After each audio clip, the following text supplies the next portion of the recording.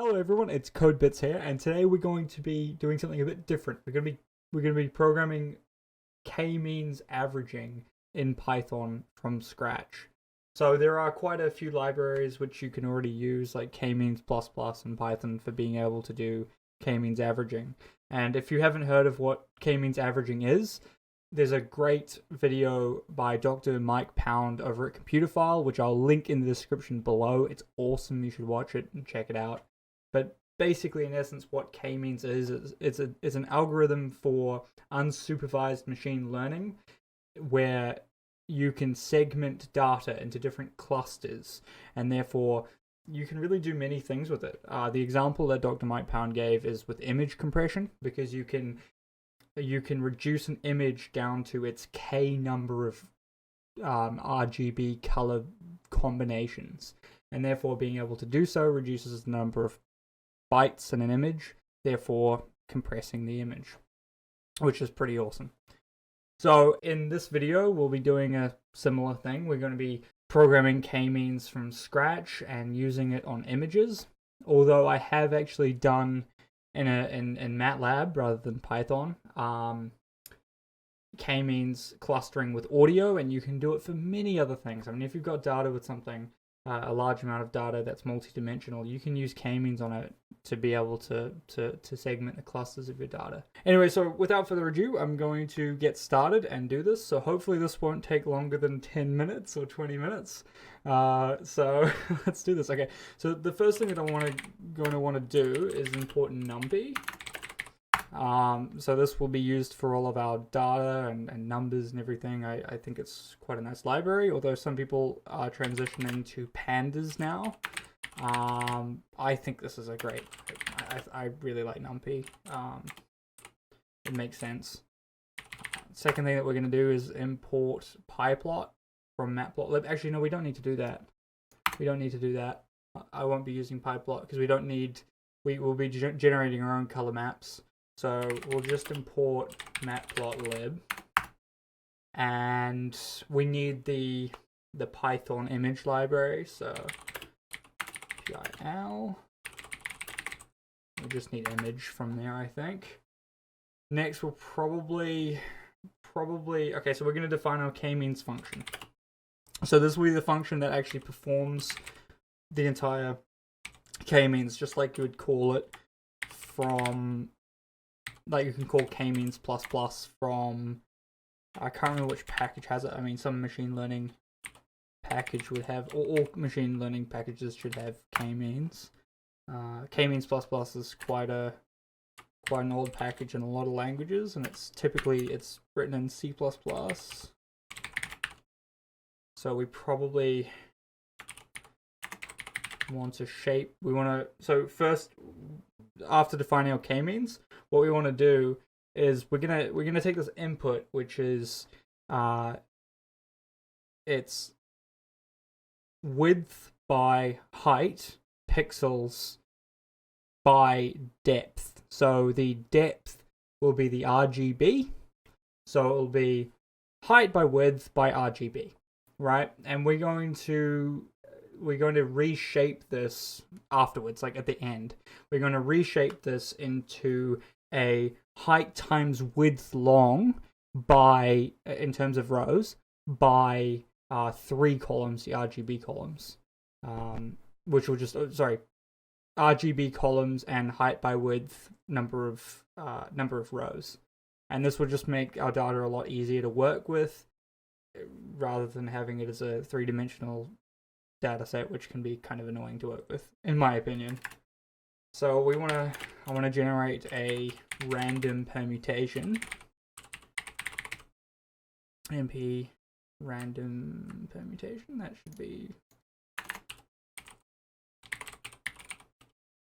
should have permutation. Okay. I know that NumPy random has permutation. Not no it is NumPy random permutation. Okay, so we want to generate a random we want to generate permutations of our number of rows so that we can designate n number of random indices for our R to take random indices, so random RGB values of random indices to initialize our start point. So we want to start off with like a K matrix, which our input is that height by width by dimension matrix. So we want to say, okay, which in our input, where are our random permutations over K? So our K will be the number of segmentation values. So if K is equal to 1, well, it's going to be 1 segmentation value. So say you've got an RGB image and you select K is equal to 1, well, whichever value is closest, whatever cluster it assigns, it'll have that entire image as just one color. So it'll be R or G or B, whichever is closest, whichever that initial value, that permutation, starts out as being closest to. Okay, so now we want to define this distance matrix. So this is actually the distance between our initialized values, these random permutations, to every single point of the actual input matrix. So we're going to want to initialize this with zeros to begin with, just to make sure that we can initialize our matrix so that we can fill it later on, just in Python, so that it doesn't give us errors. You can do this in MATLAB without doing this, but I think it's always good to initialize matrices no matter what language you're in. It's more efficient, and it's just the proper way to do things. You should always be designating memory. In C++, you've got the malloc, the memory allocate, and you should always understand what you want to do before you do it. You should always walk before you can run, so to speak. So next we want to define some range over our iterations. So Kmeans works by every time it calculates the mean of all values, and then the distance between it calculates the distance between them, takes the minimum, means it, and then repeats the process for the number of iterations that it goes. And every iteration, our initialized values get closer and closer to the center of this cluster. And as soon as they reach the center of this cluster, as you can see in Mike Pound's video, hopefully, as they get closer to this cluster, each cluster point becomes closest to that K point. Therefore, they all get assigned to that specific cluster. And this means that you could say if you've got 2 clusters and your K values become part of those clusters, then those clusters become successfully assigned to that mean value, that K value that has moved to the center. So they become then all the entire cluster takes on the value of the mean value of their respective clusters. So if you've got 2 clusters with values in the middle, all values in each cluster will be the mean of all of their respective cluster values. Hopefully that makes sense. I think Mike Pound probably explains that a lot better. So in here, I'm going to initialize this. What should I call it? Let's call it an F matrix. An F for screw you matrix now. So this will be what I use for characterizing the error value. Basically for the values which aren't assigned properly, these will be 1s, and therefore it'll show how far away everything is, and we're essentially trying to reduce this error matrix, or we're trying to reduce the points which aren't characterized by these means. So as we get closer, we reduce it, because then all the points can be characterized by their mean, and the distances all become minimums. But if we get further away, the distances no longer become minimums, and you get further and further away from each one being characterized properly by the mean, and therefore you increase your error matrix. Okay, so we're going to define that primitive error matrix, which I'll put later on. Okay, so now we want to say, we want to go over our k's now. So we're doing nn over our iterations, and I want to do kk over some range of 0 to k. So this will be, for each k value, we want to say, okay, well, what's the distance? So this will be, what's the distance between each initialized k value? We want to take all of the columns. So what's the distance between each k value and every value in our matrix? So we probably want to sum. We want to take the sum of the square of our input minus. So we need to repeat the matrix of our k matrix, because our k matrix isn't going to have the same dimensionality. Now we could do np, I think repmat. We could do repeat, but I think tile works a bit better because it is a lot more succinct to define. So we can repeat our k matrix value. How many times? We want to, it's our dimension, our length is n, so we want to repeat it n number of times, but only once. We only want to repeat it once column wise. We don't want to repeat the columns because then that would throw an error. So we want to tile that. So we want to take input minus the tile of that, and we want to square it, right? So it's the square distances. It's the sum of the square distances, right? So that's our distances, the sum of the squares. Now what we probably should do here, and we don't have to because we can define it from the beginning, but I'm going to do this just to be careful, is take a, actually no, what we need to do here is we need to say axis is 1.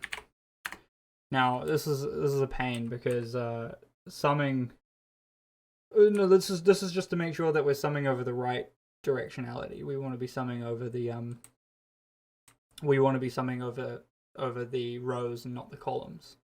So that should do that. But actually in here, what we can do is, because the data is going to be an unsigned integer 8, we might want to convert this to a float 64, because otherwise we're going to get buffer overflow, which could mean, well, which will mean that if an overflow occurs, you know, you go to 256 or something, and then you go back to 0. So you don't want that to occur, because it'll just keep wrapping around and the distances will be all wrong, and you're trying to minimize them, and well, it's minimized at its maximum, and that doesn't make sense. Okay, so now we've just done our distances. We want to say, okay, well, what's the minimum? What's the minimum distances? Like, well, no, actually, we don't want to know the minimum distances necessarily. We want to know the indexes, so whereabouts the minimum distances are. So for this, we'll go distance.argmin, and we'll take the first axis because we want the argmin over the rows, and we have to permute this with our shape of 1, so that it's all got the right dimensionality and everything, and that it's all in the right so that we want the columns, not the rows. So we need this operator in order to make sure that we're getting the rows and not the columns and not the rows. Okay, so this will be the columns of our minimum distances. Okay, so now we can define our, let's see, what are we defining? So now we want to be defining our K values, so our RGB values that have now been updated. So now we want to be, so now's the point where we go, okay, we've moved them by a certain distance. Now we need to compute the mean of our input for updating our K values, right? So it's K means, so it's the mean of our input. So we want to make sure that we're not getting something that could be wrong. So, well, if dmin if our matrix dmin has no dimensions, then this is going to throw an error. So we want to make sure that dmin, if our size of dmin is greater than 0. So mm is equal to dmin. Actually, well, that our size, that mm equals dmin, so that the size of the matrix for where mm is in dmin is greater than 0, because that's where we're defining for the values of mm in range of k. We want to be saying, okay, so for each k value in dmin, we want to update the means. So we need to make sure that our k values are within these minimum distances, because if they're not minimum, and they're not in that matrix, well, we can't do anything with it. We just have to keep the means the same, right? So we'll be updating these means here. nt mean input, and we need the right axis again, except this time we want a different. We want to be making sure that our axis is column. Our axis needs to be row-wise. Sorry, before it was column-wise. This time it needs to be row-wise, because we need to be making sure that we're meaning the actual color values over our entire height by width pixels. Okay, so that makes sense. Okay, so now that's pretty simple. That's just updating the means. So now, okay, that was in range. So now what we want to be doing is, this is sort of the last step that I'm just doing. It's just updating our error matrix. So we want to say just for in range of 0 to n, because there's n length of them. We want to state that our F matrix over for our II and dmin II, I think. Yes, dmin II is equal to 1. So we're just setting these values as equal to 1 if they exist, and if not, they're just zeros. And then we can multiply this, or we can divide this by our n value at some point later on. Actually, we'll do that now. Screw it. Let's do it now. I was going to do it in a bit, but I'll state that our error is our sum of our sum, because it's a two-dimensional matrix. So if our z, let's put another bracket, z times distance divided by n. And that's got the right, that's got the right dimensions there. And why not just print it, right? So we can print our error is equal to plus error, well, string error. And that should be good right there. Okay, so, oh, and of course, well, this is a function, right? So we want to return, I'll just make sure that this is out here, and we can return kvec and dmin. So we need these two. We need our kvec and dmin, because these are what's going to be defining our new image. So this is the function. This is the entire, this is it, basically. This is Kmeans. This is the Kmeans function, which is quite simple, really. If you think about it, it's a pretty small function. But now I'm going to define our inputs. So let's do that really quickly. So we just want to, first thing, we'll just import images. Let's do that. I'm just going to write a bit of a comment. I mean, I probably could have done that throughout, but I like to put a comment here so that it's separate from the function. I mean, I guess I could just do that, but it just makes it a lot cleaner for me, and I can see that it's different. Okay, so our data in is, we want to write np as array, because we want to take this as a numpy array, and we want to image open, and let's see, what's this directory here? Okay. NP open this. Yeah, I know. Manually changing. Okay, so this will be image open, and it should now. This should now open this image. What I'm gonna do here is I think that this is important because I don't think that this actually covers all the bases right here. So I'm going to detype this as np float 64. And this is just, again, making sure that it's a type float, it's a data type float 64, and so that no overflow occurs into any other values. Okay, so now we want to reshape the data. As we said before, we want to take this data into a height by width by RGB into a height times width by RGB.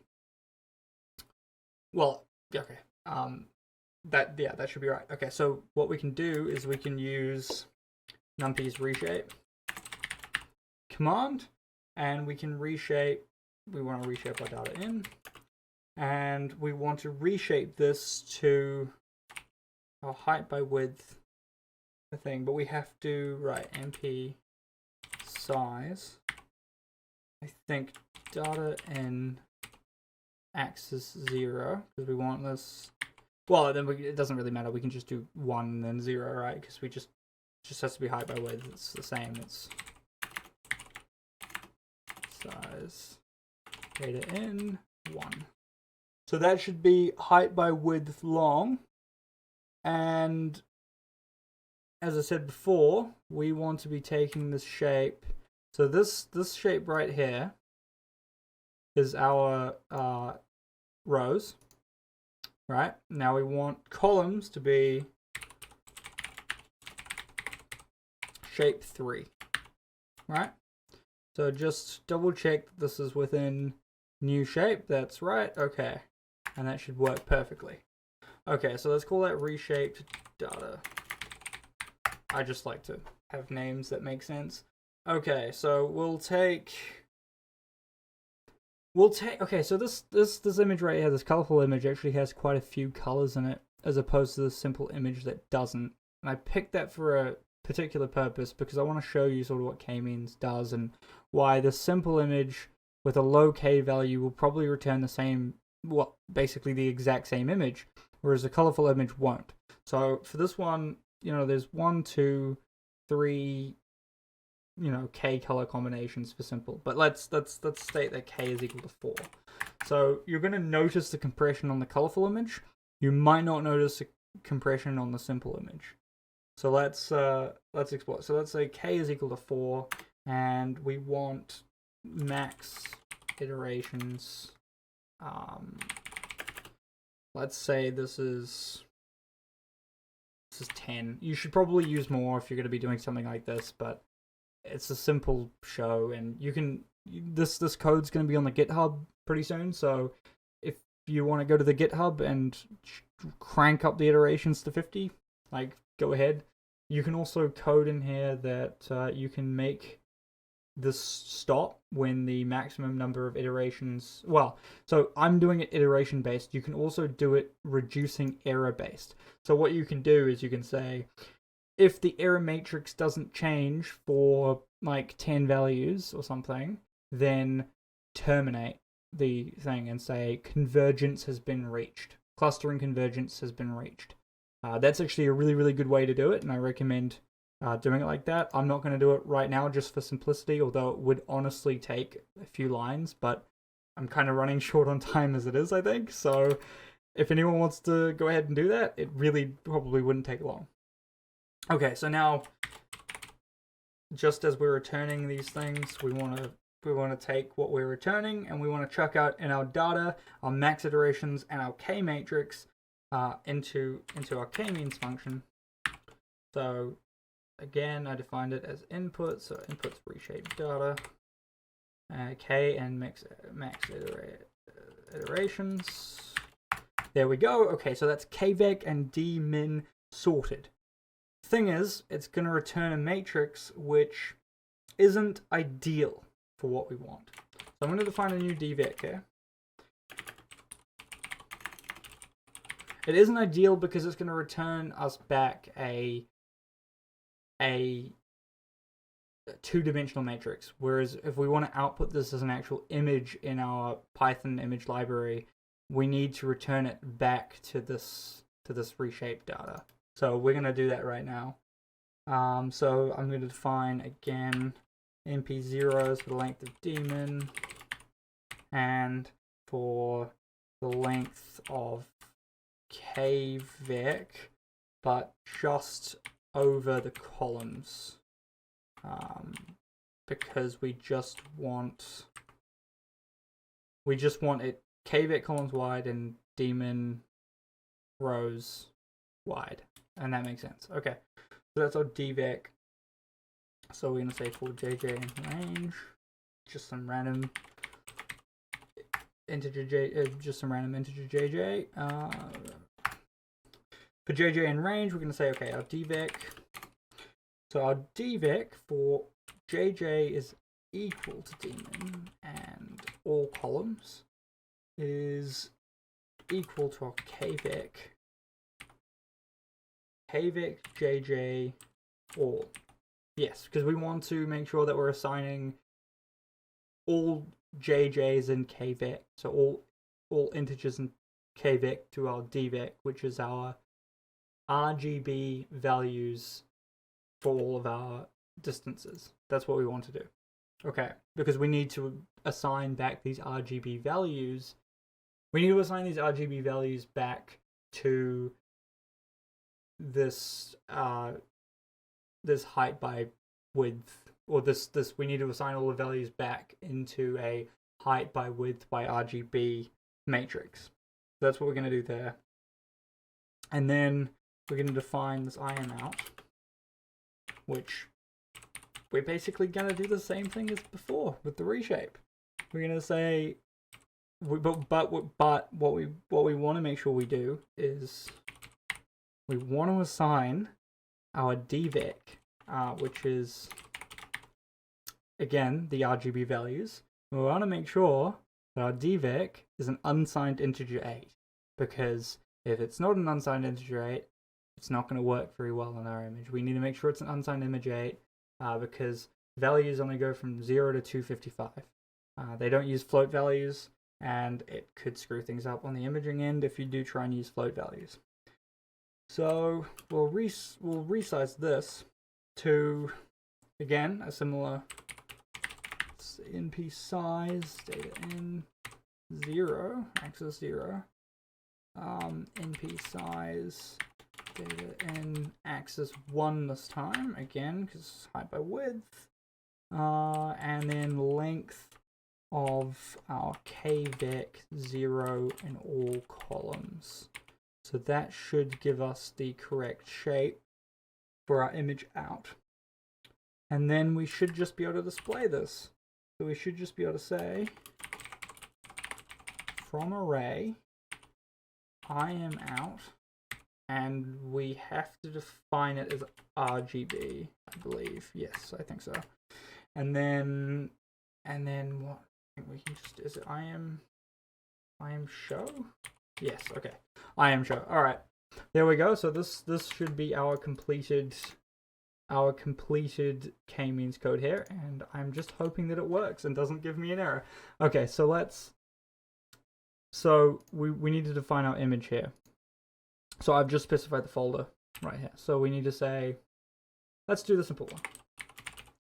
Simple is, this is a PNG, I think. All right, let's run this. Okay, there we go. And as we can see here, our error is being printed, and it's actually reducing the error of our matrix. Man, that was a really big step from 2400 to 128. Okay, and here we go. We have some convergence right here. NP size. Seriously. Oh no, we were right there. Okay, all right. Look, it'll converge pretty quickly anyway, as we just saw that it converges pretty quickly. Look at that. This is a huge step. 2400 to 128. That's interesting. All right, so yeah, here we go. We've got convergence right there. I mean, right here. And here we go. And that is interesting. I wonder if that is an artifact of converting a PNG image. Because a PNG image, as you can see, oh no, you can't. It does have a fourth dimension. So I might have to get another JPEG for that. But okay, so let's run it with the JPEG. So colorful. This should run quite nicely. So PNGs do actually have a fourth dimension, which I realized that our image right here is a JPEG. So here we go. Here we go. So this is our colorful with k is equal to 4. As we can see, you can see this kind of old style compression when you've seen some videos and things like that have been compressed like this. So yeah, this is Kmeans with k is equal to 4. You can see that it hasn't really converged quite yet. It probably has a bit to go. You could probably increase the iterations. Let's do that. Let's increase that to 35 since we didn't do it with simple. Let's do different k values with colorful and just show you how many clusters are sort of needed to characterize the number of colors in this image. So okay, we are sort of getting convergence here. We've basically almost converged. Yeah. So I mean, this looks a lot better, although it's still pretty bad. So let's increase our k to 10. That was 4. Let's try 10. I think 10 is going to start to look a lot better, and as you can see, the error is a lot lower. It's not in the 1600s, that's for sure. And here we go, we basically have convergence again. So this converges quite quickly, which is interesting. It's definitely good. It's definitely something that is ideal, especially for things like this.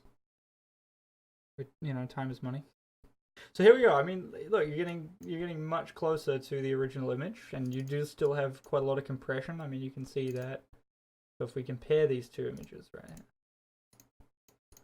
we can see qualitatively that what it's done is it said, okay, this is one cluster of all of this, right? And you can see that there are subtle gradients. You can see that there's pretty subtle gradients in all of these reds, and you know, there's a difference between this gray and this red, and it's actually clustered these together. But then what it's done is it said, okay, well, this is a cluster in here. Let's just mean this cluster in here and set every single element of this cluster to the mean. So that's why you get this very continuous, you know, this look at this. This is basically all one color in here. You get this very continuous color with it. And you know, that's the mean of the colors of that cluster. So let's increase k to 20, and we'll decrease iterations down to 15. I don't think we need more than 15 for convergence, but you should see something. You should see. Actually, we might, for k is 20, we might want more iterations. We should see a much better result with k is 20. We should really start getting close to our original image. So here we go. I mean, it's not perfect. It's nowhere near perfect. I mean, it's sort of pixelated, but you can make out, you know, sort of the windows and everything, and you can definitely make out sort of the windows here, and you're starting to see a lot more gradient changes between each layer. You do still have quite a bit of clustering up in here and here and here where there's not a significant, so the gradient changes have to be significant. You know, the distances between them in terms of the color. So the difference between the color values is the distance. So it has to be significant enough for it to actually create its own cluster. So the larger k values, the larger your k number is, the more subtle details you're going to be clustering out of an image. So it essentially, to make this the perfect image, you could assign k is equal to the number of pixels. But that would be very poor and very inefficient, because you can actually see that not all pixels do have different colors. Some of the pixels are actually the same color. And that's due to some interpolation and things like that, and image processing, and especially in JPEG images, there's quite a bit of interpolation in the compression, and things like and a bit of filtering and stuff, and the way that it does the cosine filtering. But yeah, I mean, so that's K-means. That's K-means averaging, and I just coded that really, really quickly. I did have to change a couple of things. I realized that I put a Z instead of an F. I had to cut a little bit because something was being a bit of a pain, but that's okay. I noticed that there was a couple of errors that I had. I just very, very briefly, quickly changed them. You can actually take a look at the time down there and see that the time didn't change too much, so it wasn't a big problem. But nevertheless, that's K-means averaging. K-means clustering, K-means averaging. I hope that you guys learned a bit about K-means averaging and how to write it bare bones from scratch in Python in 57 lines, although if you cut away all the white space, it's probably in 30 lines or something, I don't know. So I hope that you guys learned a bit from that, and I really, really hope you enjoyed this video, and, until next time, guys, keep coding.